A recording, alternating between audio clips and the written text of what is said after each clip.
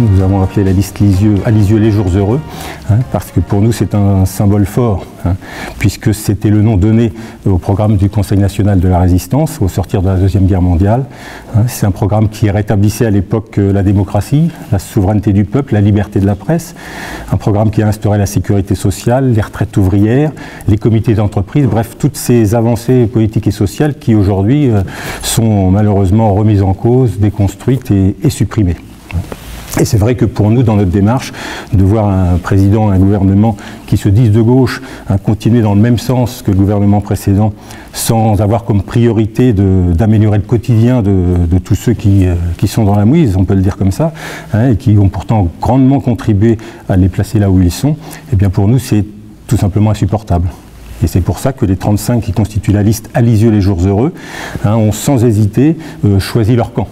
C'est le camp du peuple, le camp des gens d'en bas, des Lexoviens qui souffrent, qui n'arrivent pas à boucler leur fin de mois, qui perdent leur emploi, qui voient leur salaire gelé, les frais médicaux constamment augmentés et moins remboursés.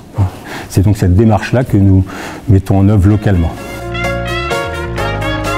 C'est donc une candidature, une démarche personnelle, c'est une initiative au départ du parti de gauche, membre du Front de gauche, qui s'est élargi peu à peu au fil des mois à de nombreuses autres personnes, qu'on peut dire, avec ce mot un peu barbare, de non-encartés, qui sont sympathisants ou simples militants simplement des droits sociaux et humains.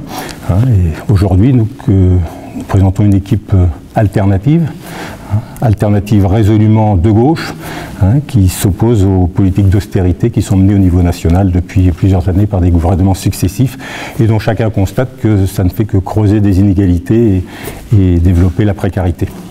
Mais bien sûr, le deuxième élément qui amène à ce qu'on participe à cette élection, c'est bien sûr l'analyse de la situation de Lisieux. Après 2 mandats, 13 ans, puisqu'il y en a un qui a été prolongé de l'équipe sortante, c'est vrai, messieurs Aubry et Le Récy, qui d'ailleurs se représentent tous les deux sous des casquettes différentes, mais si je comprends bien, pour continuer ou pour faire mieux, qu'ils disent. Donc c'est quand même un terrible aveu. Donc pour nous, Lisieux perd des emplois, mais effectivement, mais si on prend l'exemple de Pliserolles, le dernier malheureux exemple, on va dire qu'est-ce qu'ils ont fait. Ils sont maires, conseiller général, président d'Intercom, directeur de la CCI, il n'y a rien eu de fait, pas bouger le petit doigt. On nous dit partout, et c'est un fait, que Lisieux n'attire pas. Lisieux n'attire pas, donc ils se plaignent, je dirais qu'ils culpabilisent éventuellement les commerçants ou les associations qui n'en feraient pas assez, mais qu'est-ce qu'ils ont proposé pour qu'en réelle concertation émerge un projet de développement qui soit partagé? Rien, sinon des études, chacun l'a pu le voir et le constater, des études avortées, des petits aménagements au coup par coup, et puis une politique de subvention dont on peut dire qu'elle est au moins discutable. Et puis enfin, on a vu dans la presse ces derniers temps que Lisieux perd des habitants, c'est un fait. Donc là aussi, ils le déplorent. Mais la faute à qui? Si Lisieux est devenu une ville chère, et c'est vrai que c'est une ville chère, trop chère en tout cas pour sa population, qui a un taux de chômage élevé, et trop chère en termes de loyer, de charges locatives, de taxes d'habitation. Donc c'est vrai que nous, notre constat, c'est de dire Lisieux, c'est une ville où tout a été délégué finalement au privé. On voit la gestion de l'eau, c'est un des thèmes qu'on a abordé, mais on le voit sur plein d'autres aspects. Et du coup, les habitants sont plus considérés comme des citoyens, mais presque comme des clients. C'est-à-dire, si on veut quelque chose, il faut payer. Et si on ne peut pas payer, tant pis. Et pour nous, c'est inacceptable. Et c'est ce qu'on veut changer. Au niveau des organisations politiques, il n'y a pas eu d'accord avec le NPA. On a un certain nombre parmi les 35 membres de la liste, on a un certain nombre de sympathisants. De différents mouvements, dont effectivement proches, on va dire, du NPA, mais il n'y a pas eu d'accord politique avec le NPA, donc de ce côté-là, non. Donc c'est une liste élargie, avec des sensibilités diverses, vous le verrez, puisque nous prévoyons de la présenter officiellement en début de semaine prochaine, puisque nous allons la déposer mardi au niveau de la préfecture. Donc nous présenterons notre projet à ce moment-là, nos 8 chantiers prioritaires pour Lisieux, en même temps que l'équipe qui l'apportera. Un des premiers, c'est le principe service public, gestion publique, c'est un élément essentiel. qui n'est pas le cas actuellement. Un deuxième principe, c'est le principe de la gratuité des biens publics qui sont indispensables à la vie. Il n'est pas normal que, par exemple, les mètres cubes d'eau qui sont nécessaires pour boire, se laver, etc., soient soumis au fait qu'on ait ou pas de l'argent pour payer. Donc c'est le principe de gratuité des biens publics indispensables à la vie.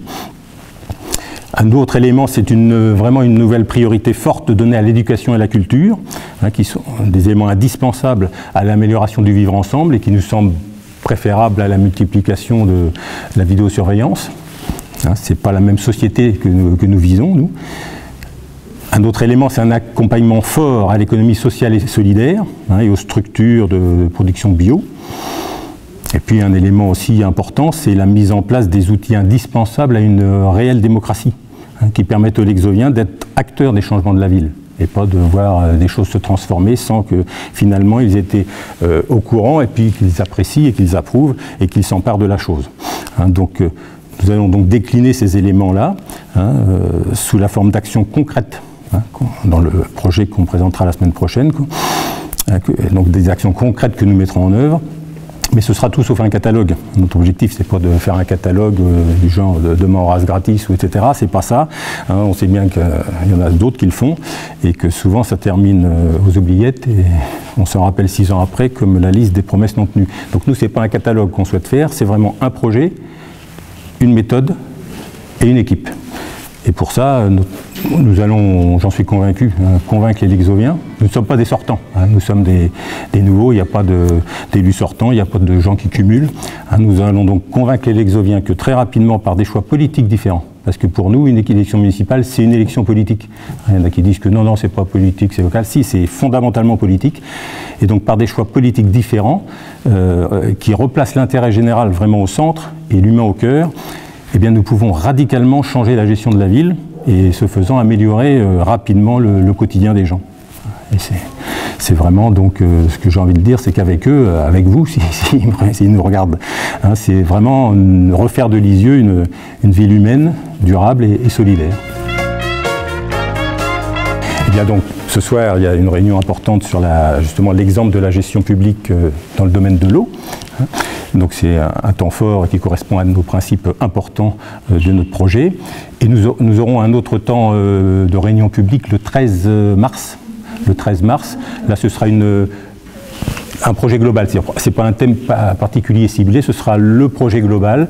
Et nous aurons d'ailleurs en invité la vice-présidente nationale du parti de gauche, Martine Billard, qui sera présente avec nous. Donc ce sera l'occasion aussi d'avoir l'ensemble des colistiers présents, d'avoir la présentation du projet général et cet appui et le lien avec la politique nationale, parce que c'est une élection effectivement locale, municipale, mais on sait bien, on le voit bien dans la vie de tous les jours, les décisions elles dépendent aussi de beaucoup de choses qui sont prises des décisions prises au niveau national et qu'on subit parfois. Donc ce sera un temps fort avec la présence de Martine Billard, notre coprésidente nationale. Et puis nous aurons peut-être également, mais c'est pas encore tout à fait calé, mais je peux l'annoncer, nous aurons aussi normalement, en lien avec une association,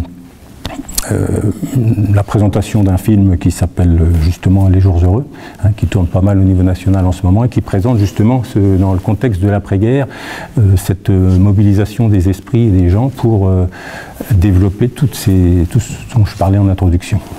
Donc ce ne sera pas directement dans le cadre de la campagne, mais ce sera une contribution, on va dire, sous forme d'éducation populaire sur replacer le contexte de 1945 et le contexte d'aujourd'hui.